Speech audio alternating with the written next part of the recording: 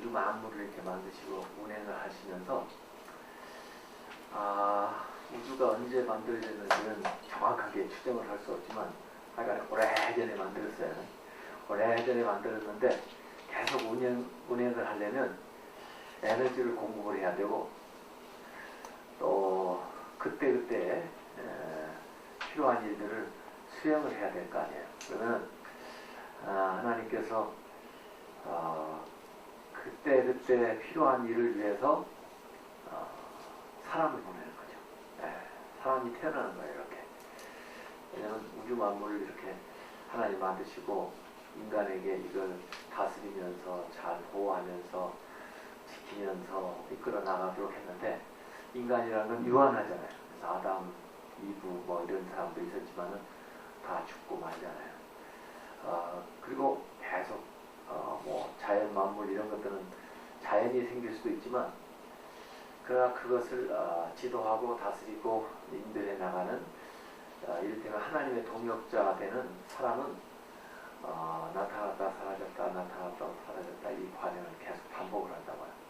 그러니까 하나님께서 꼭 그 시대에 필요한 일을 수행하기 위해서 사람을 보낸다고요. 사람을 보내는 거예요. 그래서 사람은 그냥 오는 게 아니고 사명을 띠고 옵니다. 이렇게. 그게 하나님이 주시는 가장 특별한 선물이에요.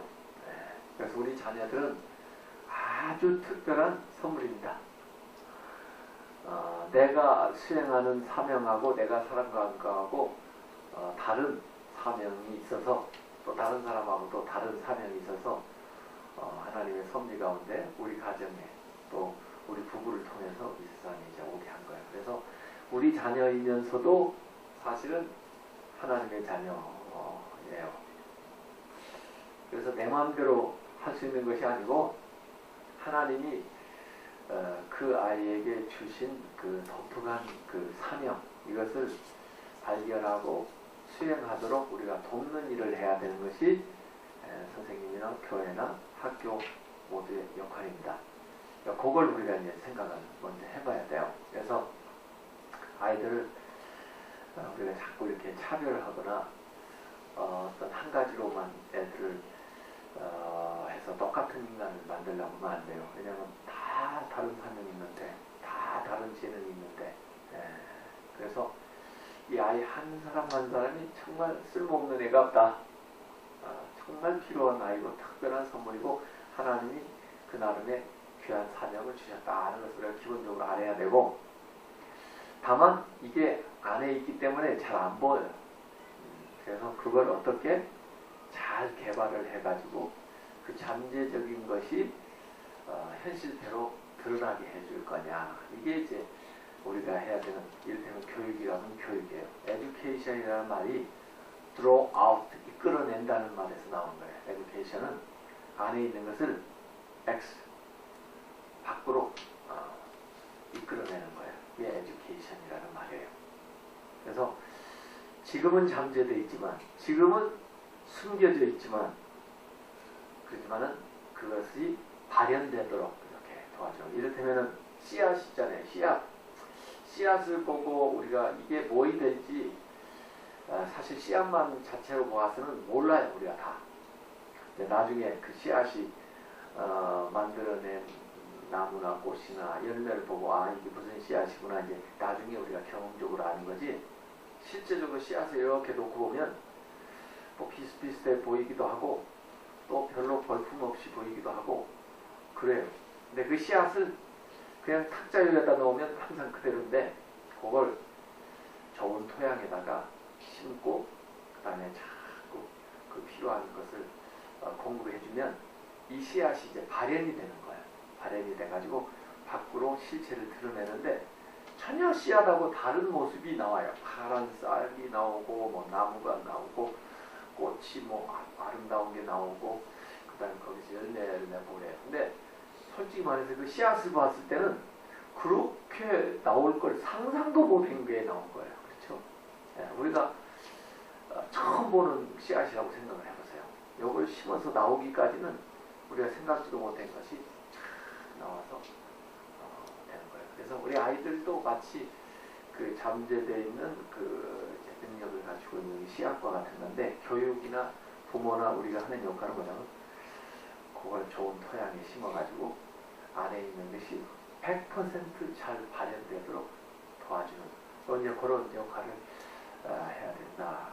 그게 사실은 교육이었는데 이걸 학교에서 다 맡을 책임도 없고 또 학교에서 다 해줄 수도 없어요.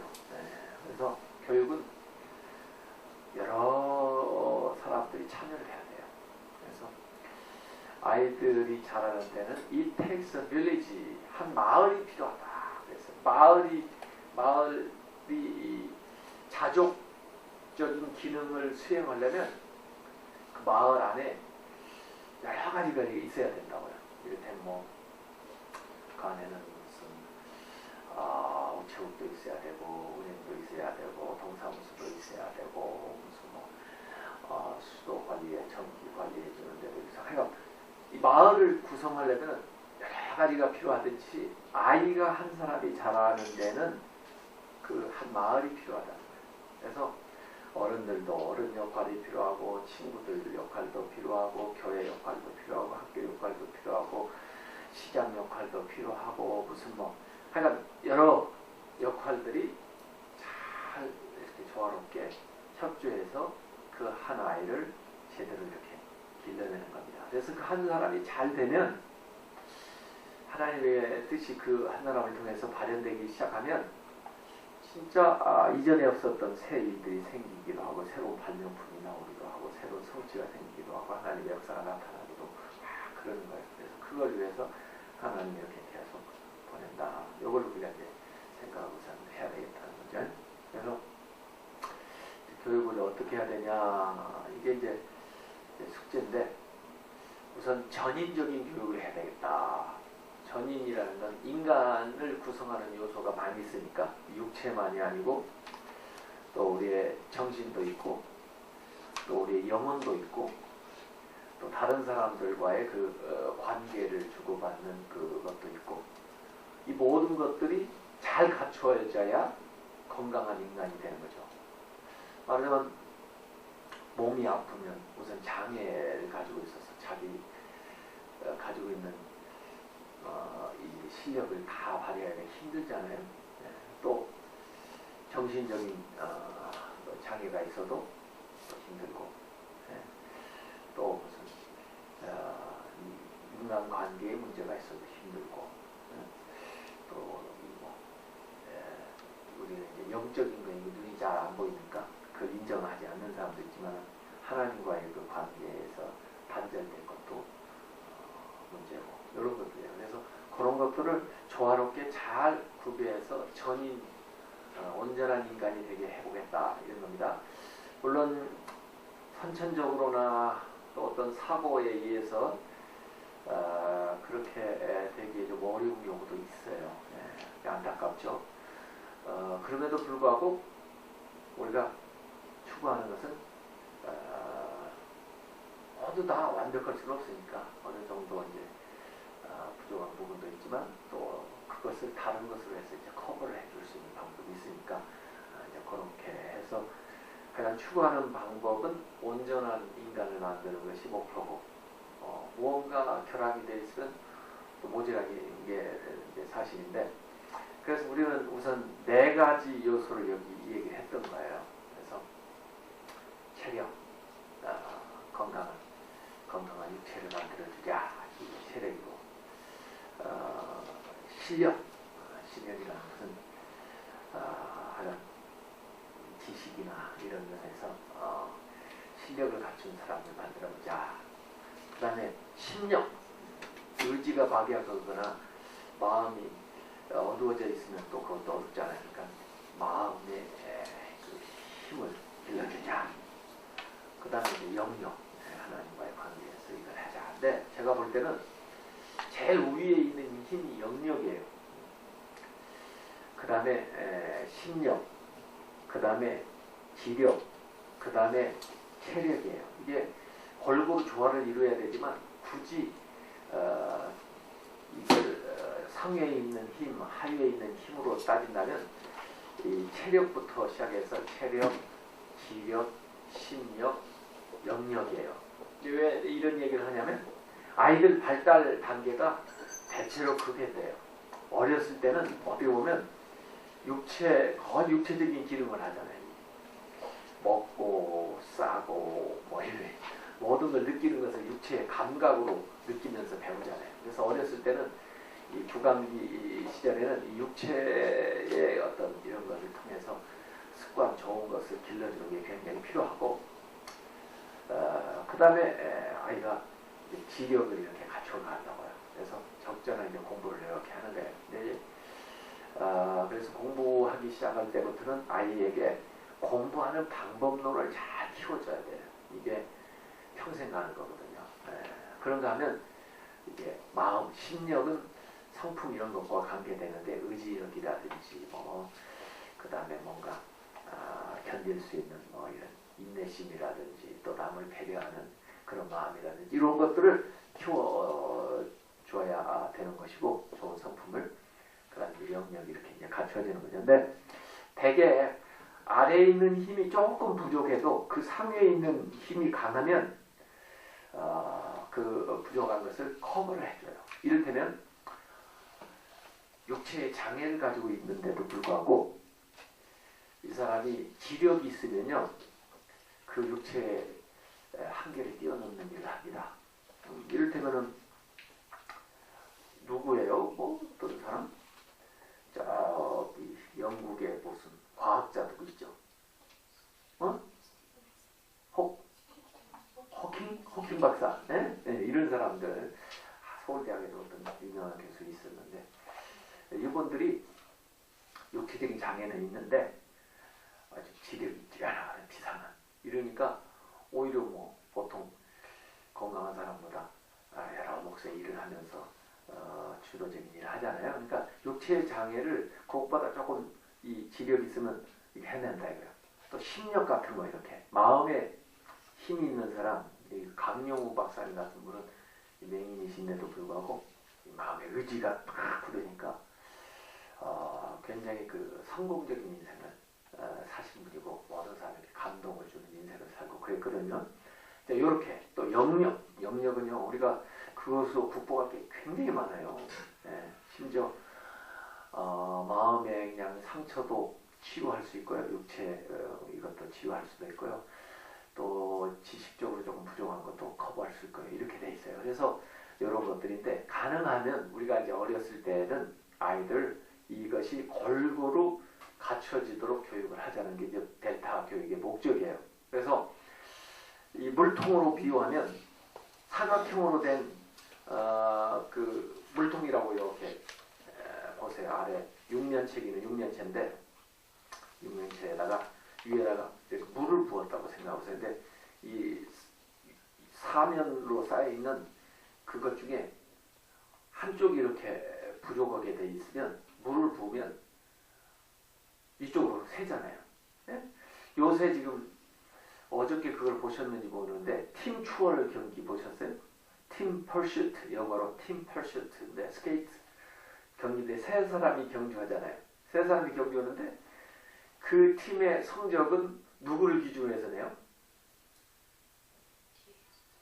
제일 뒤에 주자.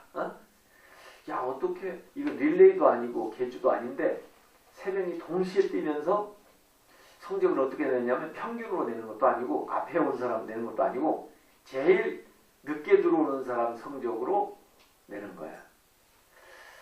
그러면 이게 보통 게임은 제일 먼저 1등 들어오는 사람이 1등이잖아요. 근데 이 게임은 참 재밌는 게임, 팀 추월. 저도 이번에 처음 알았어요. 팀 퍼슈트. 이 게임은 3명의 대표 선수들이 그 나라에서 나와가지고 같이 뛰는 거예요. 그러니까 마지막 사람이 그 기록이에요. 그 세 번째 들어오는 사람이 잘 들어와야 그걸로 금메달, 은메달, 동메달. 우리 지금 남자가 그 결승까지 지금 올라가서 메달 지금 확보해놨어요. 지금 팀 추월. 그런데 그 게임이 뭐냐면 혼자만 잘하면 안 되는 거야. 마지막을 잘 끌고 가야 돼요.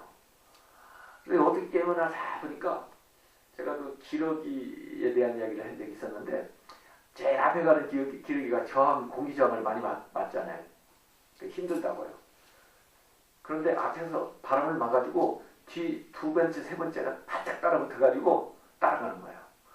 그러다가 앞에가 지치면 두 번째 사람이 또 앞으로 튀어나오는 거야. 가지고 자기가 또 끌고 나가는 거예요. 뒤에 따르는 사람들 따라올만 하면 뒤에서 이렇게 터치를 해주면서 빨리 가도 된다, 빨리 가도 되는 거예요. 그냥 그렇다고 해서 혼자만 막 가고 뒤를 돌보지 않으면 그 게임 소용없어요. 그 사람 혼자 많이 뛰어도 그 기록이 아니고 뒤에 사람을 기록을 재기 때문에 그렇게 가면 도움도 안 되고 뭐 게임이 안 되는 거예요. 그러니까 세 사람이 연합해서 쫙 가는 거예요. 그래서 마지막에 실력이 되는 거예요.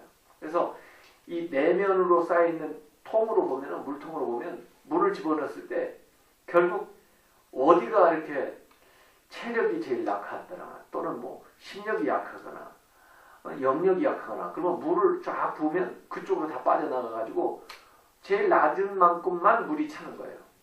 높은 만큼 되는 게 아니고. 그래서 균형 있는 이 교육을 어렸을 때는 우리가 시켜줘야 된다. 그래서 어느 정도 우리가 사실은 대한민국 교육의 이제 고등학교까지 교육은 골고루 발달을 다 시켜줘야 돼 이렇게. 그리고는 자기의 어떤 전공이나 능력을 알아가지고 대학 갈 때쯤 되면 이제 그 전공을 살려서 더 강화를 시켜주는 게 필요하고 이 대부분 이제 교육하는 공통교육은 고등학교 과정까지는 골고루 이렇게 해줘야 돼요. 그러면 평균 수준에서 떨어진 게 있죠. 그러면 그걸 보완을 시켜줘야 돼요. 이렇게 해서 그 수준까지는 이렇게 올려줘야 이 나라를 살아갈 때 참 평균 이상의 시민의 자질은 가지고 살아갈 수가 있다는 거예요. 그게 우리가 너무 어렵게 산 시절에는 초등학교까지 수준에서 이렇게 했어요. 그래서 의무교육 해가지고 초등학교까지 조금 나라가 좀 좋아지면 이제 중등교육 정도 이렇게 고등교육 이런 정도 이렇게 수준이 올라가는 거예요. 자, 그리고는 그 똑같은 평균화 이런 식으로만 해서는 안 되죠.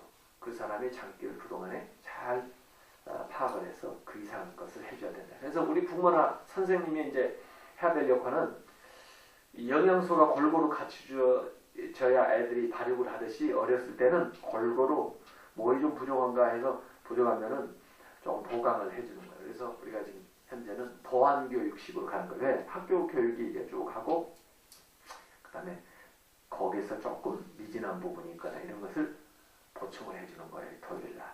그 다음에 또 그 아이가 우리가 이제 또 해야 될 역할 중에 하나가 뭐냐면 어떤 특기를 가지고 있는가를 알아내야 되는 거예요. 어떤 특기를. 이걸 빨리 발견할수록 애는 성공적인 인생을 살 확률이 훨씬 높아집니다. 늦게 발견할수록 좀 기회를 자꾸 잊어버리는 거죠. 그래서 여러 가지를 시키는 중에 이제 캐치를 하는 거예요. 자꾸 그러니까 관찰을 하고 대화를 하고 이렇게 입체적으로 학교하고 부모하고 여러 당사자들이 같이 이렇게 모여서 이야기를 하는 게 굉장히 중요해요. 그래서 사람마다 특징이 다 다르거든요. 그래서 이 아이는 뭘 잘하더라. 또 이 아이는 어떤 내 특별한 재능이 있더라. 뭐 이런 것들을 발견해내야 돼요. 그래서 우선 크게 보면 이과적인 기질이 있는 애 있고 문과적인 기질이 있는 애 있고 그 다음에 그 안에서도 또 세분화된 것도 있잖아요. 그래서 그것들은 한번 실습을 이렇게 해봐야 하는 거예요. 그래서 실제로 해보는 거예요. 이렇게 해봐서 보통 수준 정도에서 이제 할 수 있는 게 있고 만약 음악이나 미술이나 뭐 이런 것들도 한 번씩 이렇게 시켜볼 필요는 있지만 어떤 아이는 특출난 아이가 있고 어떤 아이는 그냥 보통 소양을 갖출 정도에서 그냥 교양인으로서 살 수 있는 정도 음악을 감상할 수도 있고 또 필요하면 가서 자기가 작곡이라도 하나 부를 수 있고 그런 정도에서 이렇게 할 수 있는 아이가 있는 거예요. 그걸 막 끌고 나가면서 뭐 그냥 전공도 억지로 전공을 시키면 안 되는 거죠. 그러니까 어느 정도 이렇게 그 분야 안에서도 한번 시켜보라. 그래서 어느 정도 시행착오를 통해서 얘는 이건 보통 소양 정도의 이제 자질이 있구나. 또 어떤 건 해보니까 요건 계속 앞으로 시켜보면 얘가 잘할 수 있는 게 있다. 요거에 이제 이제 발견을 해내야 되죠. 그래서 그걸 나중에는 대학 갈 때쯤 돼서는 선정을 할 수가 있고 또 대학 가서도 좀 바뀌는 경우도 있어요. 대학 나오고 나서 또 정하는 경우도 있고 그러는데 어쨌든 이게 좁혀가야 된다. 그래서 자기 분야를 찾아가야 된다. 그래서 전반적으로는 교양 있는 시민을 만들어주는 거고 그 다음에는 전문가를 만들어가는 거예요. 그래서 폭을 넓혀주고 또 깊이를 더해주는 거 이런 차원을 좀 해야 되는데 이게 사실은 부모가 잘 알아야 돼요. 자기 자녀를. 그냥 선생님이 어떻게 그걸 해주냐고. 그리고 선생님들은 뭐 애들을 뭐 몇십 명씩 맡은데 그렇게 관심을 두질 않습니다. 선생님들이. 그래서 교육에 아주 중요한 이제 파트너가 부모님이 돼야 되고 이 로버트 글레이저라는 사람이 미국 교육에 아주 기초적인 거 두 가지를 세웠는데 그 양반이 이제 교육부 장관도 미국에서 하고 그러면서 했는데 그 사람이 미국 교육의 원리를 끌어낸 게 탤런트 비유거든요. 탤런트 비유에서 끌어낸 게 탤런트 비유라는 게 뭐냐면 한 달란트, 두 달란트, 다섯 달란트 이렇게 다른 달란트를 줬다. 달란트가 재능이라는 말이거든요. 하나님이 다른 달란트를 줬다 이런 거고 또 평가를 할 때도 비교 평가를 하는 거예요. 두 달란트 가진 사람보고 너 왜 다섯 달란트 가진 사람보다 같이 안 하니? 이렇게 말하지 않아요. 응? 한 달란트 보고 너 왜 두 달란트 받은 사람처럼 안 하니? 안 했니? 이렇게 비교해가지고 평가를 하는 게 아니에요. 평가의 기준이 한 달란트 받았으면 한 달란트가 기준이에요. 자기에게 주어진 기본적인 능력, 아까 말한 잠재력이죠. 그걸 얼만큼 개발했니가 중요한 거예요. 그러니까 내 자신이 기준이 돼서 내 자신의 능력을 평가하는 거예요.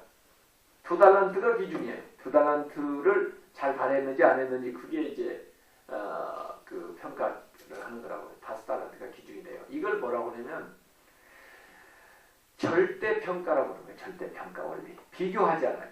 절대평가 원리입니다. 자기에게 주어진 능력을 얼마나 개발했느냐. 이 절대평가라는 거예요. 근데 우리나라는 절대평가를 하지 않고 상대평가라고 했어요. 참. 그러니까 어느 집단이냐에 따라서 애들이 참 많이 달라지는 거예요. 못하는 집단 가면 공부 잘한다는 얘기 듣고 잘하는 애들 모인 데 가면 자기는 멍충이처럼 이렇게 되는 거예요. 왜? 이 상대평가를 하니까 이 상대평가가 애들 죽이는 겁니다. 예. 더구나 이 대학교 가가지고도 막 상대평가를 합니다.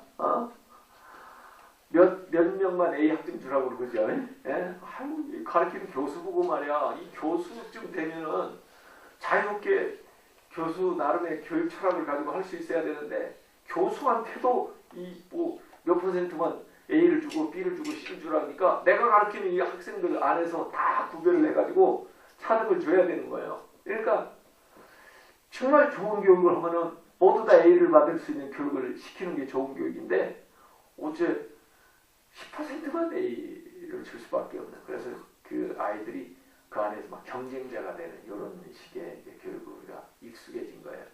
그래서 이걸 이제 벗어나 보려고 막 애들이 하고 그러는데 하여간에 애들이 이제 평가를 좀 하다 보면 자기들 스스로가 가지고 있던 꿈과 능력을 점점 잡아먹는 겁니다. 왜냐하면 자기는 10등 안에도 못 들거든요. 5등 안에도 못 들고 계속. 그러니까 나는 2류 인생이구나. 나는 3류 인생이구나. 이렇게 이제 계속 주입되는 거예요. 이제 그래서 걔는 성공하기가 더 힘들어지는 겁니다. 네? 자기 스스로 자기한테 그만큼 딱 이렇게 굴레를 지어버렸으니까 어떻게 그걸 뛰어넘겠어요? 못 뛰어넘어요. 자기한테 한계를 지어준 사람은 절대 그 한계를 뛰어넘지 못합니다. 근데 그게 자기가 만든 게 아니고 시험을 자꾸 보면서 성적을 자꾸 받으면서 자기도 모르게 그냥 딱 형성이 되는 거예요. 이걸 깨기가 너무너무 힘들어요. 그래서 아이가 그렇게 살 수밖에 없게 되는 거예요. 이게 참 교육의 비극이에요. 이게 이제 상대평가라는 거예요. 그래서 상대평가하지 말고 그 로버트 글레이저는 미국에서 이제 교육 원리를 상대평가하지 말고 절대평가해라. 그래서 내가 미국에 딱 갔을 때 이미 대학원 가서 석사학위 이제 공부하러 갔는데도 불구하고 첫 시간에 가서 시험 딱 보더라고요. 아무것도 안 배웠는데 그 시간에 가서 첫 시간 들어갔는데 나는 시험 예상도 못하고 갔는데 시험부터 쫙 나왔던 거야. 아니, 배우지도 않고 이거 뭐 시험을 보나. 우리는 시험 딱 걸면 시험 점수 잘 맞아야 되는 걸 걱정을 해야 하니까 그런 건데 미국 애들은 뭐 그냥 다 뭐 특별히 공부를 안 하는 것 같기도 한데 편안하게 시험 다 치는 거예요. 시험 딱 치렀어요. 나도. 그게 내 기본 점수가 딱 되는 겁니다. 얘는 이 클래스 들어올 때 가지고 있던 생각과 실력은 이런 정도의 소양을 가지고 있다 이거예요. 그게 기준점이 딱 되는 거예요. 그렇다고 해서 더 아는 걸 틀리고 뭐 이렇게 못할 필요는 없지만 그게 딱 되는 거예요. 그리고는 나중에 중간고사나 기말고사에서 성적을 딱 낼 때 어떤 게 되냐면 네가 들어올 때 가졌던 성적보다 얼마큼 인프루브가 됐느냐를 보는 거예요. 그래서 다 기준이 다 달라요. 학생들마다. 어떤 애는 들어올 때부터 이미 어느 수준이 돼 있는 애예요. 걔는 더 많이 발전시켜야 A를 받는 거예요. 뭐 나같이 이렇게 와서 언어 겨우 깨쳐가지고 들어와서 이런 정도 실력을 가지고 있는 사람은 거기서 얼마큼 오면은 얘보다는 객관적으로 비교하면 못할지 몰라도 교수가 볼 때 대단히 잘했다는 거야. 이 사람은 자기를 한 학기 동안 누구보다도 많이 형성을 시켰으니까 그래서 A를 딱 주는 거야. 이런 식으로. 그런 식으로 이렇게 시험을 치르고 자기가 어느 정도 기본적인 실력이 되냐 파악한 다음에 얼마큼 자기를 발전시켰냐 이런 식으로 해서 점수를 주니까 남하고 그렇게 경쟁할 거 없고 서로 협조하면서 자기를 어떻게든지 발전시키는데 주력을 하는 거예요. 그래서 경쟁 상대가 남이 아니고 나다. 이게 이제 절대평가 원리예요. 그리고 또 미국의 그 두 번째 그 교육 원리의 중요한 게 뭐냐면 개별화 학습 원리예요. 개별화 학습 원리하고 반대되는 말이 획일화 학습이에요. 획일화. 우리 한국은 숫자가 많고 이렇게 되기 때문에 획일화 학습을 하는 거예요. 똑같은 내용 가지고 한꺼번에 가르치는 거예요. 그래서 어떤 애들은 따라오는 애들이 있고 어떤 애는 못 따라오는 애들이 있어요. 점점 못 따라오게 되면 걔들은 클래스룸에 가서 자. 그리고 한 20%만 데리고 가. 교사가. 이게 사람도 참 애들을 잡는 거예요. 이게. 개별 차이가 다 있고 개별 특성이 다 다르면 거기에다가 맞춰주는 맞춤식의 교육을 해줘야 되는데 딱 재단해가지고 획일해서 거기에 맞는 교육을 하니까 그 제도권 교육에 잘 맞는 사람들만 따라오는데 제도권 교육이라는 것은 기존에 생각한 기준에 맞추는 교육인데 그런 사람도 물론 필요하지만 조금 특이한 아이들도 필요하거든요. 특별한 아이들도 필요하고 또 어떤 것을 잘하는 아이들도 필요한데 그런 건 못 해주는 거예요. 이게 획일화 학습 원리에 아주 요상한. 그래서 그 획일화 학습 원리에 대한 그 동물들의 우화로 재밌는 이야기를 만든 사람이 있어요. 그래서 동물들의 학교인데 그 과목이 여러 가지요. 뭐 달리기도 잘해야 되고 수영도 잘해야 되고 날기도 잘해야 되고 뭐 하는데 뛰기도 잘하고 막 그래야 되는데 이를테면 토끼는 뛰기는 잘하는데 수영은 못해. 그냥 물만 보면 겁먹는 거야. 물 자꾸 먹어. 또 날기는 잘하는데 뛰기를 잘 못하는 것도 있고 막 그러거든요. 근데 모든 과목에 다 잘해야 돼. 이게 가르치다 보니까 나중에 골고루 잘하기 이상한 동물이 1등한 거야. 수석을 저러고 있는 거야. 독수리도 아니고 뭐 날개게 달려가는 그런 동물도 아니고 요상한 동물이 1등한 거야. 수석. 왜? 골고루 이것도 평균 이상 이것도 평균 이상 이거 되는 거야. 한 과목 잘했는데 한 과목 빵집이고 이런 것들은 안 되는 거거든. 낙지가 돼서. 이게 획일화 교육이 아주 병폐다. 이 동물들의 우화를 통해서 얘기한 것도 그러는데 그래서 우리가 이제 애들 특성을 좀 관찰을 해가지고 그 특성을 살려주는 교육을 해보자 이런 거예요. 그래서 지금까지는 뭐 많은 아이들이 이렇게 클래스룸에서 이제 공부를 하고 그랬지만 우리는 좀 소그룹으로 개별적으로 좀 관심을 갖고 그 아이를 잘 한번 분석을 해보자. 그래서 이 아이가 뭘 잘하는지 또 무엇이 부족한지 뭘 좋아하는지 이런 걸 해서 거기에 맞추는 식의 교육을 하자. 학교에서 만든 커리큘럼에 애들을 이렇게 맞추는 게 아니고 애들이 필요한 것을 맞춰주자. 이게 골고루. 그렇게 해서 어떤 아이는 요게 좀 더 보완할 필요가 있고 어떤 아이는 요 특성을 좀 더 살려줄 필요가 있고 요걸 같이 교사하고 선생님, 부모하고 잘 의논을 해서 우선 토요일만이라도 그런 교육을 해보고 또 그게 필요하면 방학을 이용해서라도 집중적으로 해보자. 그래서 이건 많이 모여가지고 할 수 있는 교육이 아니에요. 우리가 지금 이제 한 30명 그러면 30명을 딱 놓고 그 안에 더 많은 사람들이 거기에 관심을 딱 가져가지고 이 아이를 좀 그 많은 좀 특성을 잘 살려주는 그런 개별화 학습 원리를 해서 그 아이에게 맞는 그런 교육을 해보자. 이런 것들이에요. 원래 이제 교육이라는 거 내가 그 수도원 교육에서 오늘날 이 교육이 비롯됐다 그랬는데 수도원 학교 뭐 근데 이 학교라는 게 말이에요. 사실 오래된 게 아니에요. 우리나라도 옛날에는 다 서당 다니면서 거기서 그냥 무슨 뭐 과목이라는 것이 이렇게 세분화되지도 않았어요. 그냥 이렇게 뭐 하늘 천다지 이렇게 뭐 하고 막 이러면서 그 안에서 다 이렇게 이루어지고 그랬는데 지금처럼 갈수록 자꾸 과목도 많아지고 말이에요. 교육이 막 굉장히 다양화된 거예요. 그래서 내가 어렸을 때 배웠던 거하고 지금 아이들은 더 많이 세분화됐어요. 근데 원래 그 수도원에서 했던 교육의 세 가지가 굉장히 교육의 기초인데 이 영성을 키워주는 거. 영성이 뭐냐면 이제 기도하는 거죠. 그래서 기도 하나님과의 그 관계를 통해서 영성 키워주는. 그 다음에 독서. 그 당시는 뭐 요새같이 뭐 여러 가지 많은 교육 방법이 개발되지 않을 때니까 주로 책을 읽어가지고 과거의 유사들을 전부 섭렵하고 고전들을 읽고 토론하고 또 그렇게 하면서 이제 독서를 많이 했어요. 그 다음에 공동체 생활을 했어요.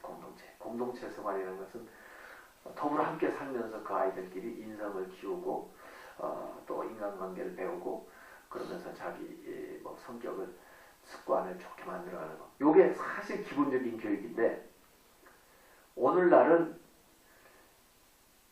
영혼이 되는 영성을 안 키워주고 교육에 그 영혼이 없어요. 교육이 영혼이 없는 교육을 시키는 거예요. 그런데다가 독서를 안 해. 책을 안 읽습니다. 읽을 시간도 없어요. 독서법을 몰라요. 어떻게 책을 읽어야 될지 몰라요. 책을 기본적으로 읽어야 그 다음에 책도 쓸 수도 있고 그 다음에 자기 의사도 발표를 할 수 있고 이렇게 하는데 이걸 못해. 근데 요새 독서에 관심이 있기는 있지만 이건 또 다른 막 그냥 주입식 교육이야. 논술을 한다고 그러고 하는데 이게 원래 그 뭐든지 이게 학교가 나서면 왜곡되는 거예요. 뭐든지 입시가 들어가면 왜곡되는 거예요. 이게 그냥 놔두고 그 배수만 자꾸 얘기해서 이렇게 딱 찾아가 있으면 좋은데 그것도 자꾸 이 정형화 시켜가지고 이렇게 되니까 이 정도예요. 더구나 지금 공동체는요 없어요. 애들 공동생활을 못해요. 옛날 만큼 정서적인 교육을 못해요. 매일 공부하느라 바빠가지고 애들이 같이 건전하게 어울리고 또 서로 협동하고 그렇게 하는 것이 잘 안 된단 말이지.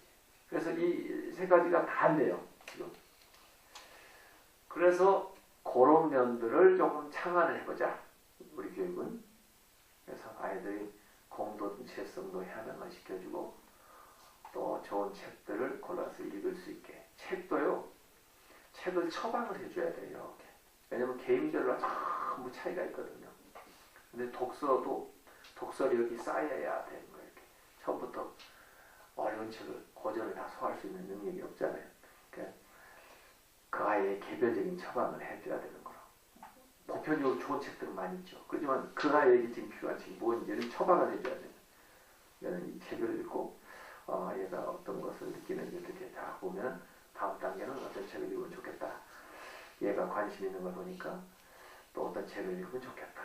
얘가 부정한 부분을 하니까 어떤 책을 읽으면 보충이 되겠다. 이게 전부 이렇게 처방이 돼야 돼. 개별적으로요.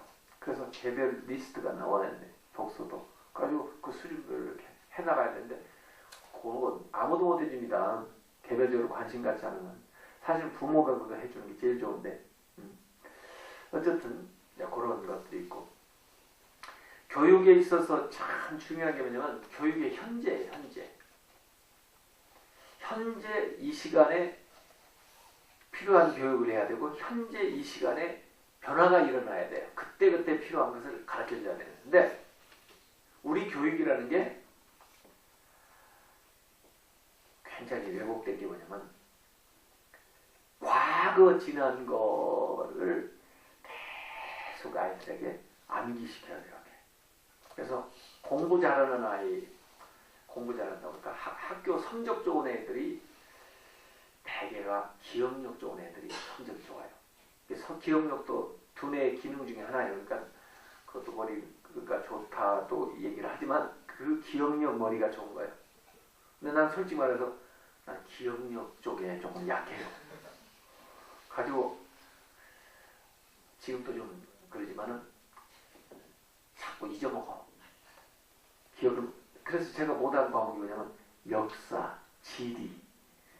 근데 지금 내한테 진짜 필요한 과목이 뭐냐면 역사, 지리 그런 것들이에요. 근데 내가 못하는 게 그런 것들이에요. 예? 역사 뭐 외워야 되는데 외우지를 못해요. 지리 못 외우는데요. 예? 암기 과목을 못해요. 그래서 암기 과목이 성적이 안 좋아요. 나는 수학은 참 잘했어요. 수학은.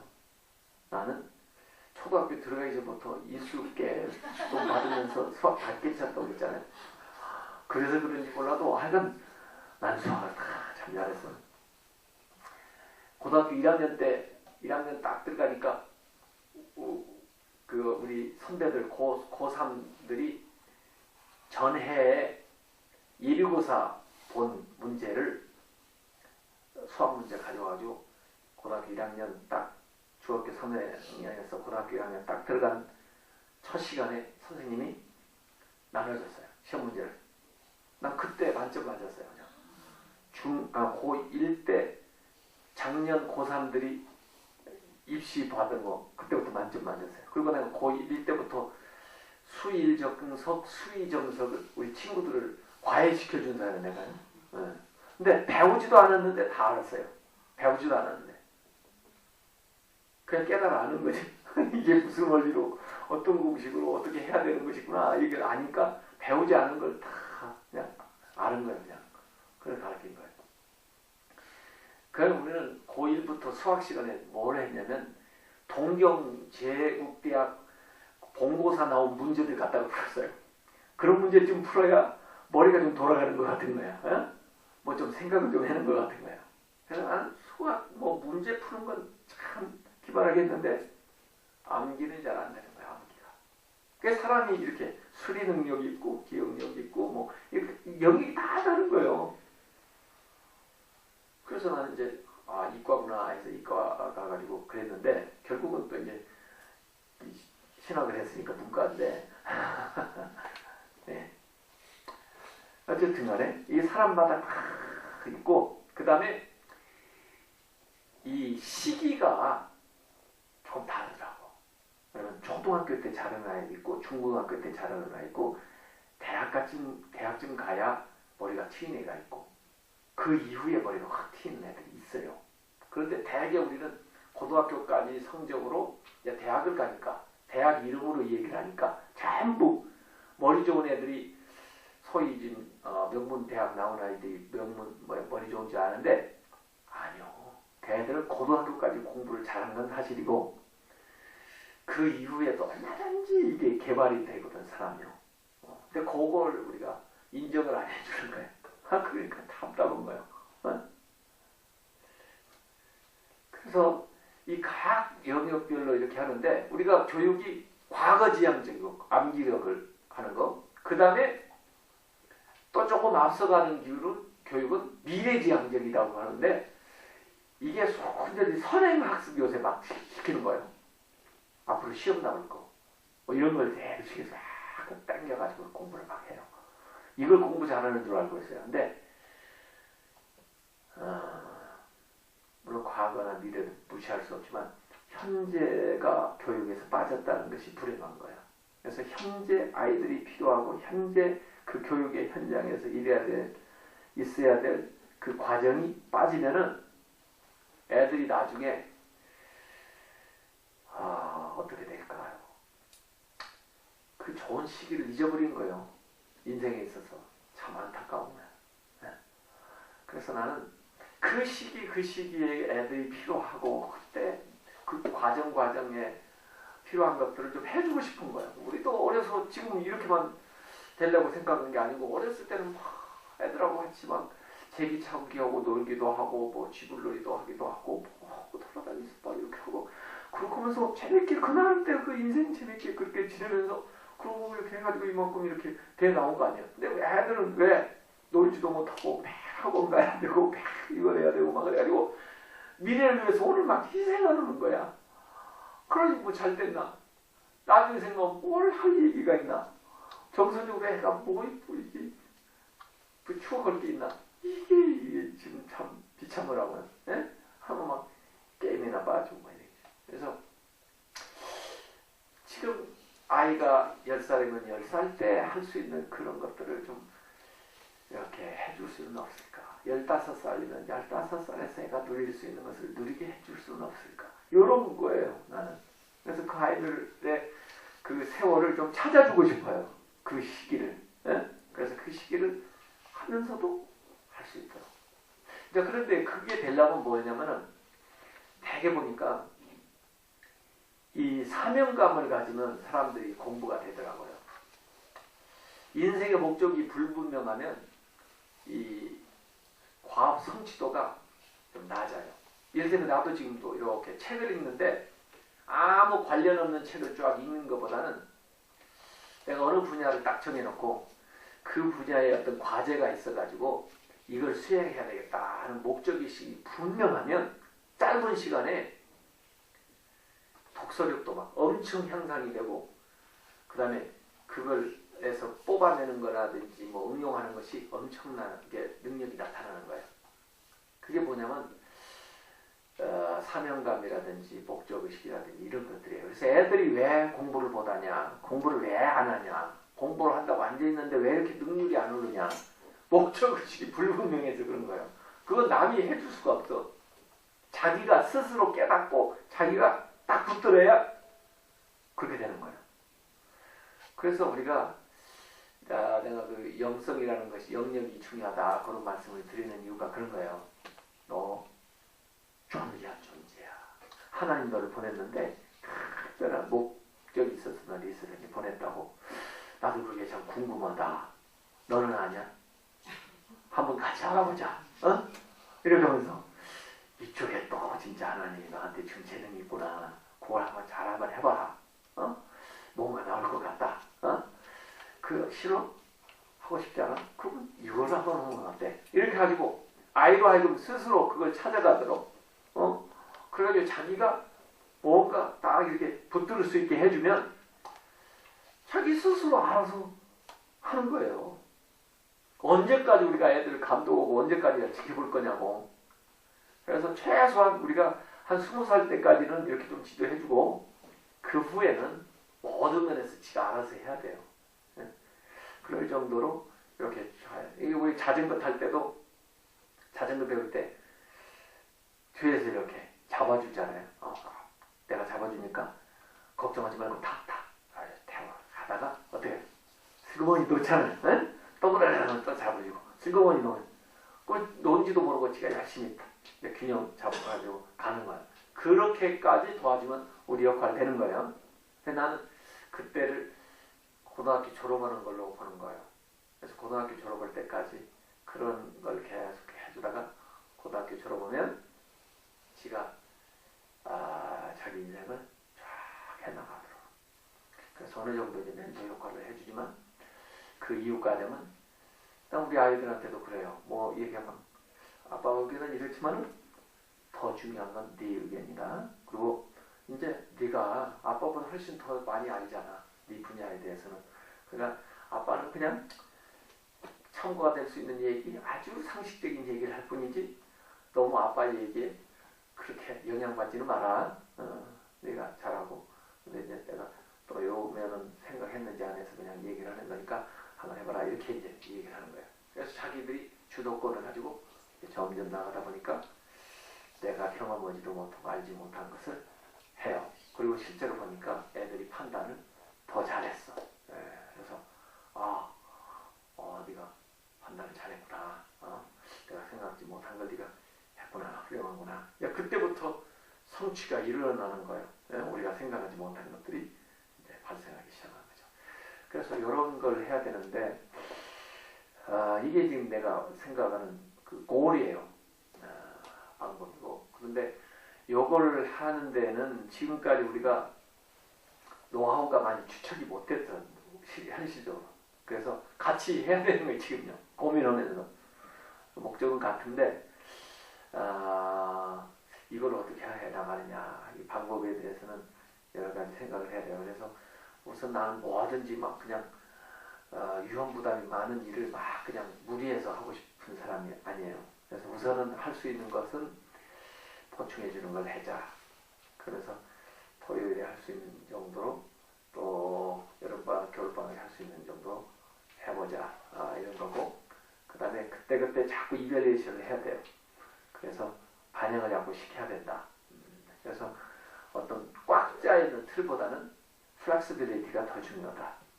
유동적인 거, 유연성을 갖추는 거. 근데 이제 교회와 학부모와 선생님이 같이 참여하는 방식으로 가자. 그래서 학부모님들이 자꾸 같이 아이들 교육받는 것을 같이 내용도 알아야 되고 또 같이 아이들 교육을 해야 되니까 또 피드백을 자꾸 해줘야 돼. 부모님. 요구하는 사람도 요구해줘야 되고 그런 면에서. 그런가 하면 나는 교사 그룹도 우리 교회 많아요. 우리 교회 교사 출신들이 한 5, 60명은 최소한 된다고. 그 그룹핑이 자꾸 돼야 된다고 합니다. 그분들이 직접 와서 가르치지 않더라도 자기들의 시행착오와 노하우를 자꾸 여기다 쏟아놔야 돼요. 내가 다시 교육을 한다면 난 이렇게 하고 싶습니다. 이런 말을 하거든요. 나보고 정권을 준다면 나는 이런 걸 더 할 텐데 이분들이 다 아쉬운 점이 있단 말이에요. 그걸 자꾸 청취를 해야 돼요. 그래서 그분들이 뭔가 직간접적으로 그 아이디어 뱅크 노릇을 좀 해줘야 되고 또 재능 있는 사람들은 와서 실제로 가르치는 일에 나서야 되고 이렇게 되고 그 다음에 이제 아이들이 그 안에서 이걸 잘 이해하고 자유로우면서도 재밌게 하면서 해 나올 수 있도록 이렇게 하는데 우리 교회가 뒷받침을 해주고 했으면 하는 게 이제 제 생각이에요. 그래서 지금까지 우리가 장학재단에서 단순하게 무슨 뭐 한 학기에 얼마 이게 장학금 주던가 해서 나는 이렇게 교육으로 제 투자를 자꾸 해야 된다 이런 건데 교회도 뭐든지 말해요. 우리가 해야 될 역할인지 아닌지 자꾸 이게 의논이 자꾸 있어요. 왜냐하면 전통적인 교회에서는 그냥 모여서 예배 드리는 것으로 다 사람들이 다 한 걸로 생각하는 거야. 근데 나는 토탈 케어 미니스트리라는 걸 다 교회에 내가 제시를 한 거예요. 토탈 케어. 전인적인 돌봄 목회를 하겠다. 그랬으면 영혼만 돌보는 목회는 그건 일부야. 그 전통적인 목회는 부분적인 목회고 나는 토탈 케어를 하겠다고 나온 사람이야. 그렇기 때문에 심지어 먹는 문제까지도 해결할 수 있으면 교회가 해결해 줘야 되고 무슨 뭐 직장 구해주는 문제까지도 해결할 수 있으면 해결해 줘야 되고 뭐 죽는 문제 뭐 하여간 뭐 노후 생활까지도 보장을 해줘야 되고 하여간 나는 우리가 여력이 부족해서 그렇지 추구하는 목표는 토탈 케어를 다 해. 인간이라는 게 한 가지 영혼만으로 구성되면 귀신이지. 인간이라는 게 모든 것이 있어야 건강하고 모든 것이 다 필요한 존재인데 이걸 돌봐줘야 된다니까 목회의 영역은 무한대예요. 무한대. 그래서 이 영역을 각 능력 되는 대로 세분화해가지고 전부 이렇게 교회 안에 있는 사람도 그렇지만 교회 안 나오는 사람들조차까지도 다 품을 수 있는 이런 시스템을 만들어 가야 된다는 건데 여기에 이제 관련돼 있는 사람들하고 의견 조율이 계속 필요하고 설득이 계속 필요하고 그 과정 속에 있는 거예요. 그래서 지금 이만큼 나온 것도 지금 10년 동안에 아마 교인들이 느낄 거예요. 우리 교회가 어떻게 변했나. 가만히 보니까 크게 싸운 건 없는데 엄청 변했거든요. 엄청 바뀐 게 지금. 엄청 바뀐 여기 와서 막 이렇게 리모델링 하는 지금 도서관이 들어와 있고 뭐 어쩌고 지금 지역아동센터가 들어와 있고 뭐 어린이집이 여기 있고 지금 어린이집만 지금 우리가 3개째 이제 가는 거예요. 하나 가질 때마다 자꾸 당에서는 왜 우리가 어린이집을 해야 되니까 이렇게 했는데 그것도 하나 해놓고 이렇게 하는 거예요. 내가 왜 나는 머릿속에 그게 딱 들어있는 거예요. 그런 쪽으로. 그래서 우리가 예수 믿고 천국 가는 것도 중요하지만 하나님의 자녀로 이 세상에 온 이상 하나님이 보내신 사명을 충분히 다 하고 가야 된다. 요게 이제 그러기 위해서는 여러 가지 뜻들이 너무너무 많이 필요하다. 이런 거죠. 힘에 이게 붙여서 그렇지 힘만 되면 그런데 이제 나가야 되는. 그래서 누군가는 선구자의 역할을 좀 해줘야 된다. 선도 역할을. 그래서 이렇게 해서 하는 겁니다. 다른 내용들은 여러분들이 거기 나도 여기다 했으니까 한번 쫙 읽어보면 이해 못할 게 하나도 없어요. 한국말로 쓰였는데 이거 이해가 안 되겠어. 다 이해가. 그래서 한번 해보시고 앞으로도 조금 좋은 의견이 있으면 나가보시고 저는 그래도 참 감사한 게 저희 아이들이 잘 커졌어요. 내 생각보다 훨씬 잘 됐어요. 그리고 나는 솔직히 아이들에 대해서 한 가지도 불만스러운 게 없어요. 네, 그러면 됐죠. 그래서 이제 요걸 같이 나눠야 되겠다 하는 생각을 하고 있는 거예요. 그래서 사람마다 개인차가 있고 다 그러겠지만 자기에게 주어진 능력으로서 최선을 다할 수 있게 되면은 다 성공적인 인생을 산 거거든요. 그래서 난 우리 아이 둘 놓고 보면 이 아이들은 정말 현재까지는 성공적인 인생을 살았다. 근데 현재까지 그렇게 사람을 보면 앞으로도 이제 잘 될 거다. 이런 확신이 있어요. 그래서 나는 이제 하나님이 주신 그 은혜와 축복을 이제 더 많은 사람들한테 이제 나누는 게 이제 앞으로 내 과제이기 때문에 여러분들이 필요한 것들은 이 얘기를 좀 하셔서 수렴하시면 교회가 능력이 닿는 한, 제 능력이 닿는 한 투입을 할 것이다. 그렇게 말씀드리겠습니다. 고맙습니다.